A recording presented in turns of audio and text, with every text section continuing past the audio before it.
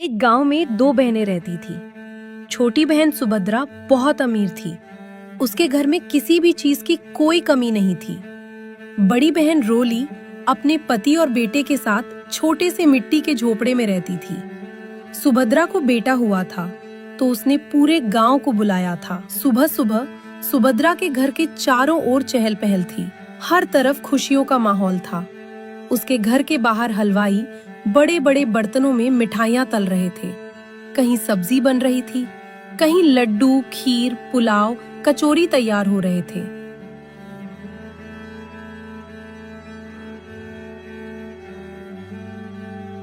सुभद्रा, धीरे धीरे मेहमान आ रहे हैं, पर तुम्हारी बड़ी बहन रोली दीदी अभी तक आई नहीं। तुमने सबको बुलाया था ना? अरे हाँ, बुलाया है ना, आती ही होगी अपने परिवार के साथ। अच्छा सुनिए, आप यहाँ मुन्ना के पास बैठिए, मैं अभी आती हूँ। इतना कहकर सुभद्रा कमरे के बाहर चली गई। भला मैं रोली को क्यों बुलाऊं? मेरी अमीर सहेलियों को पता चल गया कि मेरी बहन इतनी गरीब है। उसकी हालत देख तो मेरी नाक कट जाएगी। सुबह सुबह गांव की औरतें सजीत सुभद्रा के घर जा रही थी। सड़क के किनारे से गुजरते हुए वो औरतें रोली की झोपड़ी के पास पहुंची। रोली उस वक्त अपनी झोपड़ी के बाहर झाड़ू लगा रही थी। अरे रोली बहन, तू अब तक यहीं है? अपनी बहन के घर नहीं गई? तेरी बहन को तो बेटा हुआ है, तू तो मौसी बन गई रे। तुझे तो सबसे पहले पहुंचना चाहिए था। रोली ये सुनकर हैरान हो गई। इस बारे में उसे कुछ पता नहीं था, पर वो औरतों के सामने ऐसा दिखाने लगी जैसे उसे पहले से सब पता है। अरे हाँ बहन, मैं बस घर का काम खत्म कर लूं, उसके बाद आती हूँ। अच्छा, जल्दी काम खत्म कर लेना। सुना है सुभद्रा ने पूरे गांव को बुलाया है और बहुत बड़े बड़े स्वादिष्ट भोजन बनाने वाले हलवाई बुलाए गए हैं। हाँ बहन, ये तो बहुत खुशी की बात है। तुम लोग चलो, मैं भी आती हूँ। औरतों के वहाँ से जाते ही रोली का चेहरा उतर गया। ये तो बहुत खुशी की बात है, पर मुझे तो इस बारे में कुछ पता ही नहीं था। मेरी छोटी बहन ने मुझे बताया तक नहीं। शायद वो बेचारी कामकाज के चक्कर में भूल गई होगी, वरना ऐसा हो नहीं सकता है कि वो मुझे ना बुलाए। अरे सुनते हो जी, मेरी छोटी बहन सुभद्रा को बेटा हुआ है।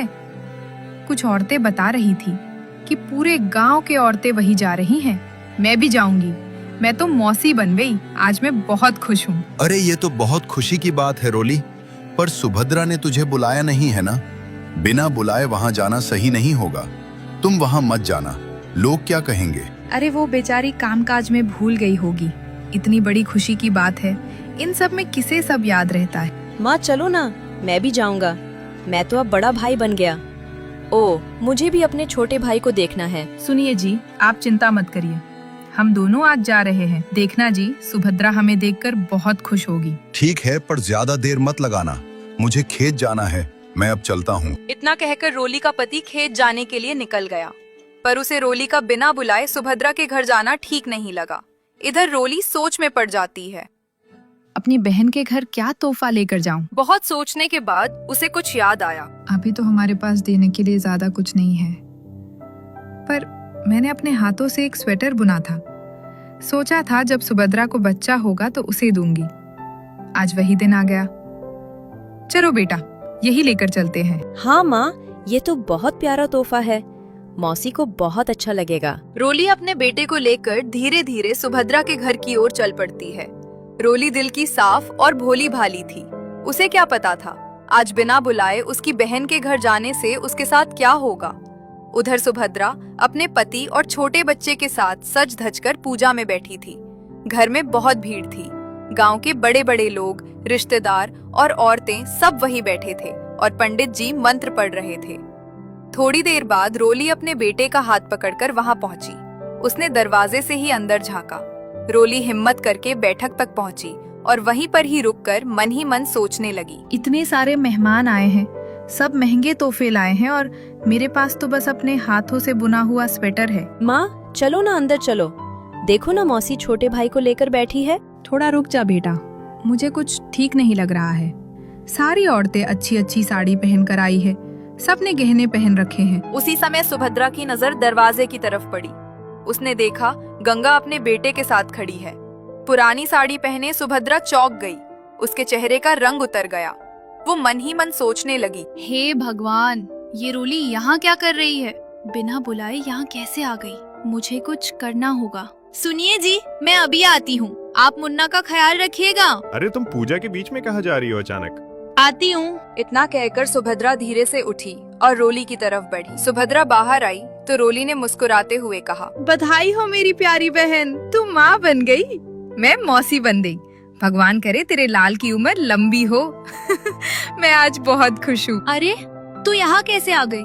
मैंने तो तुझे बुलाया भी नहीं था। अगर किसी को पता चल गया कि तू मेरी सगी बहन है तो समाज में मेरी नाक कट जाएगी। रोली का चेहरा उतर गया, उसकी आंखों में आंसू आ गए। सुभद्रा ने थोड़ी नरमी दिखाते हुए कहा, देख, बुरा मत मानना बहन, मगर मैंने तुम्हें इसलिए नहीं बुलाया क्योंकि यहाँ गांव के बड़े बड़े घरों के लोग आए हैं। अगर उन्हें पता चल गया कि तू मेरी सगी बहन है, तेरी गरीबी देख के तो मेरी इज्जत मिट्टी में मिल जाएगी। आना ही था तो थोड़े ढंग के कपड़े पहन कर आती। मुझे माफ कर दे बहन, तू ठीक कह रही है। मैं तो बस बहुत खुश थी, मैं मौसी बन गई, इसलिए अपने आप को रोक नहीं पाई। देख, मैं तेरे मुन्ना के लिए अपने हाथों से बुना हुआ स्वेटर लेकर आई हूँ, ये तू रख ले बहन। अरे मेरे बच्चे के पास तो पहले से ही बहुत महंगे कपड़े हैं, क्या जरूरत थी ऊन का स्वेटर लाने की? जरा एक बार देख तो लोग, कितने सुंदर और महंगे तोहफे देकर आए हैं। सुभद्रा रोली और उसके बेटे को कमरे में लेकर गई। अब सुनो तुम दोनों, यहाँ से बाहर मत निकलना।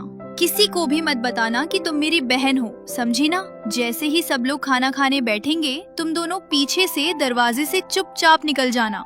इतना कहकर सुभद्रा वापस पूजा में जाकर बैठ गई। इधर रोली जमीन पर बैठकर बहुत रोने लगी। बेटा, तेरे पिताजी सही कह रहे थे, मुझे यहाँ बिना बुलाए नहीं आना चाहिए था। हे भगवान, मुझसे आज बहुत बड़ी भूल हो गई। माँ तुम मत रो, मौसी ने हमारे साथ ऐसा क्यों किया? अब क्या वो हमें मेरे छोटे भाई से मिलने भी नहीं देगी? रोली के पास उसके बेटे शिवम के सवालों का कोई जवाब नहीं था। थोड़ी देर बाद पूजा खत्म हुई। गांव के सारे लोग बैठकर खाना खा रहे थे। चारों ओर तरह तरह के मिठाई, पकवान और स्वादिष्ट व्यंजन की खुशबू फैल रही थी। उसी वक्त रोली का मासूम बेटा शिवम धीरे से उठा और रोली से बिना कुछ कहे बाहर निकल गया। कुछ देर बाद दो औरतें खाना खाकर सुभद्रा के कमरे की ओर देखी। वहां रोली बैठी हुई थी। उसे वहां देखकर औरतें कमरे के अंदर चली गई। अरे तुम कौन हो और यहाँ सुभद्रा के कमरे में क्यों बैठी हो? हमने पहले तो तुम्हें कहीं देखा नहीं। अरे हाँ, तुम अकेले यहाँ इस कमरे में क्यों बैठी थी? कौन हो तुम? क्या कर रही हो यहाँ? दोनों औरतें सवाल पूछने लगी। रोली घबरा गई। वो मैं सुभद्रा की बड़ी बहन हूँ। क्या तुम सुभद्रा की बहन हो? क्या बोल रही हो? तुम्हारी हालत देखकर तो लगता नहीं है तुम सुभद्रा की बहन होगी। वो दोनों औरतें जोर जोर से रोली पर हंसने लगी। उनकी आवाज सुनकर सुभद्रा भागी भागी आई। अरे सुभद्रा, हम ये क्या सुन रहे हैं? ये औरत तेरी बहन है? तुमने बताया नहीं कि तुम्हारी बहन भी यहाँ आई है, और ये यहाँ कमरे में क्यों बैठी है? एक भी बार बाहर तक नहीं आई। अरे किसने कहा? ये मेरी बहन है, ये तो मेरे घर में काम करने आती है। अभी कुछ ही दिन हुए हैं, इसे काम पर रखें। और जरा देखो तो एक बार, इसे बहन क्या बुला लिया मैंने। ये तो सच में खुद को मेरी बहन बताने लगी। सुभद्रा की बात सुनकर रोली की आंखों में आंसू आ गए। चलो सुभद्रा, हम चलते हैं। आज तुम्हारे घर आकर बहुत अच्छा लगा, अब हम चलते हैं। उन औरतों के जाते ही सुभद्रा रोली पर जोर जोर से चिल्लाने लगी। सुभद्रा, मुझे माफ कर दे। वो औरतें अचानक से आकर मुझसे सवाल पूछने लगी। मैं घबरा गई। मेरे मुंह से गलती से निकल गया कि मैं तेरी बहन। मैंने जानबूझकर कुछ नहीं किया, मुझे माफ कर दे बहन।